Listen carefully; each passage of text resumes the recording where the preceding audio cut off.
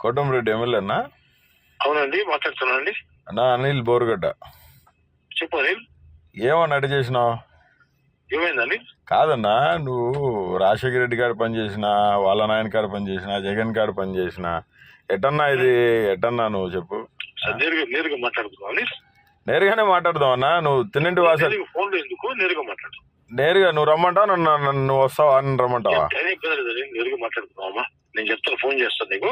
కాదన్నా, కరెక్ట్ గా కాదన్నా. ఇప్పుడు కాదు, ఒక మాట ప్రశ్నకు సమాధానం చెప్పు. ఒక్క ప్రశ్నకు సమాధానం చెప్పన్నా. జగన్మోహన్ రెడ్డి చరిష్మా లేకుండా నువ్వు గెలిచేవాడువా? ఎవరు కాదన్నా, నేనే డైరెక్ట్ విలేకరుల సమావేశంలో చెప్పా. ఏమని? రెండు సార్లు జగన్ గారు నాకు టికెట్ ఇచ్చారని చెప్పని. అన్నా ఇప్పటికీ మించిపోయింది లేదన్నా. పెద్ద ఆయన సీఎం కాడికి వచ్చి క్షమాపణ కోరు. అట్టలే కాదన్నా, లేదంటే ప్రజాగ్రహానికి నువ్వు గురవుతావు. సీరియస్ చెప్తున్నా నీకు. అట్టే నీళ్ళు ఓకే అమ్మా, థ్యాంక్ యూ. నువ్వు నన్ను తిట్టాల్సిన అవసరం లేదు. తిట్టాల్సిన పని లేదన్నా. నువ్వు తిట్టే కాదు, పెద్ద ఆయన జోలికి వచ్చినావు అంటే రోడ్ల మీద ఈడ్చుకుంటూ వస్తామని చెప్తున్నా. సీఎం జోలికి వచ్చినావు అంటే మాత్రం రోడ్లో బండి కట్టుకుని ఈడ్చుకుని పోతాను నెల్లూరు అంగళ్ళలో చెప్తున్నా.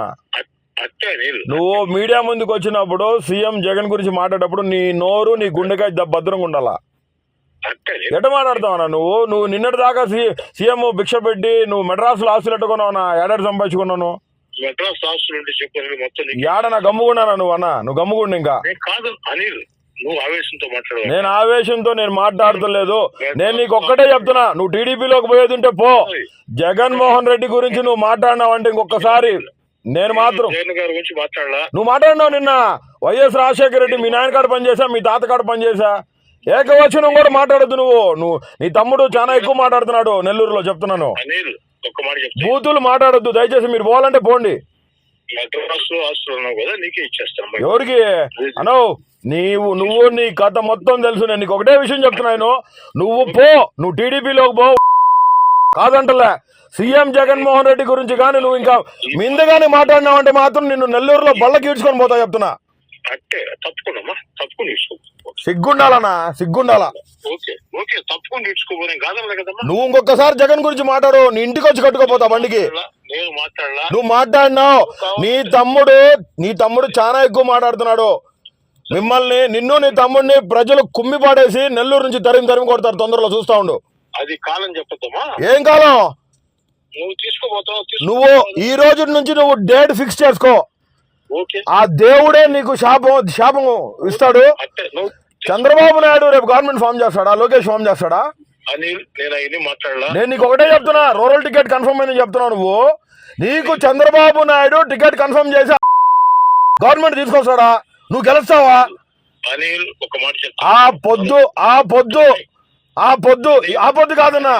ఇప్పటికీ నీ మీద మంచి గౌరవం ఉంది కాబట్టి ఫోన్ చేసి మాట్లాడుతున్నా. నువ్వు చాలా తప్పు చేసినావన్నా.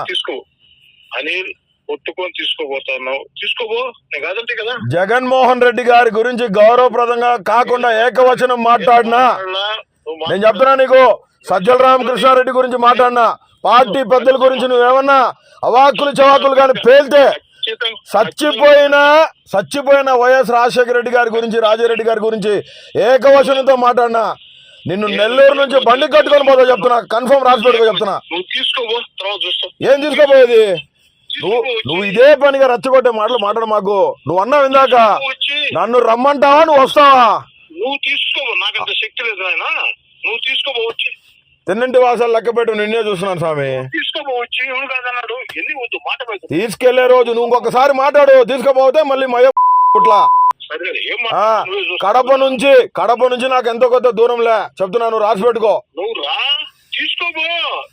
5 నిమిషాలు పడుదబ్బా. ఆ రోడ్లో కుక్కని ఇడ్చుకోపోవచ్చు, నిన్ను ఇడ్చుకోపోవచ్చు. విలువ ఉందా ఇది నీకు? ఇంకా ఇంకొకసారి నువ్వు మాట్లాడు చెప్తా నీ సంగతి. తప్పకుండా మాట్లాడతా, నీకోసం మాట్లాడతా.